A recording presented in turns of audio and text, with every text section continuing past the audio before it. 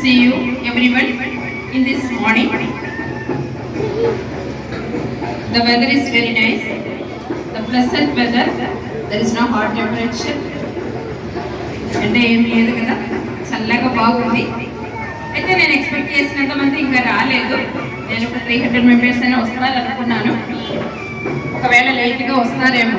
But last time కూడా మనం ఏమంటే మీటింగ్ ఏమో 10 o'clock అని చెప్తే పేరెంట్స్ 10:30 వరకు కూడా వస్తూనే ఉన్నారు. కాబట్టి ఈసారి కరెక్ట్గానే స్టార్ట్ చేసినాం. ఎందుకంటే కొందరు పేరెంట్స్ ముందే వచ్చారు, వాళ్ళని వెయిట్ చేయడం మనకి ఇష్టం లేక తొందరగానే స్టార్ట్ చేసినాము. మనం ఎందుకు పేరెంట్స్ మీటింగ్ కండక్ట్ చేస్తాము? What's the necessary of A parents meeting? Actually this is a bridge, ఒక బ్రిడ్జ్ లాంటిది. ఇక్కడ మీకు టీచర్స్తో మాట్లాడేదానికి ఒక అవకాశాన్ని కల్పిస్తున్నాం. ఇప్పటికి మనకు 3 ఎగ్జామ్స్ కంప్లీట్ అయింది, FA1, FA2 అండ్ SA1. ఈ ఎగ్జామ్స్ అంటే దాదాపు 6 months కంప్లీట్ అయిపోయింది. పిల్లవాడి మీద టీచర్స్ ఒక అవగాహన ఇచ్చింది. మీకు కూడా ఈ అకాడమిక్ ఇయర్లో మీ అబ్బాయి లేదా అమ్మాయి ఏ విధంగా చదువుతున్నారు, ఏ విధంగా ఉంది అనేది మీకు ఒక ఐడియా వచ్చేసింది.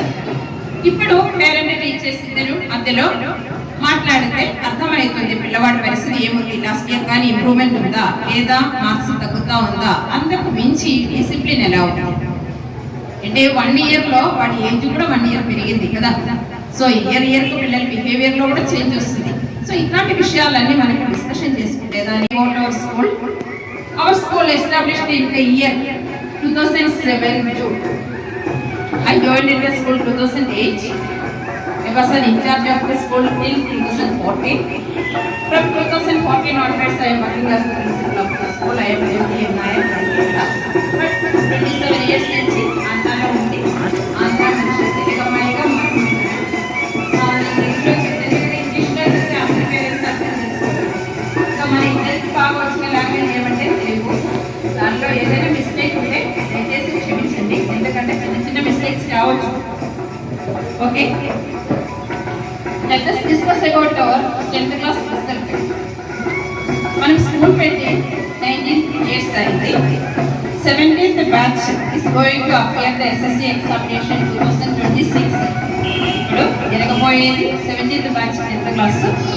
Last year we have got a fantastic tremendous result.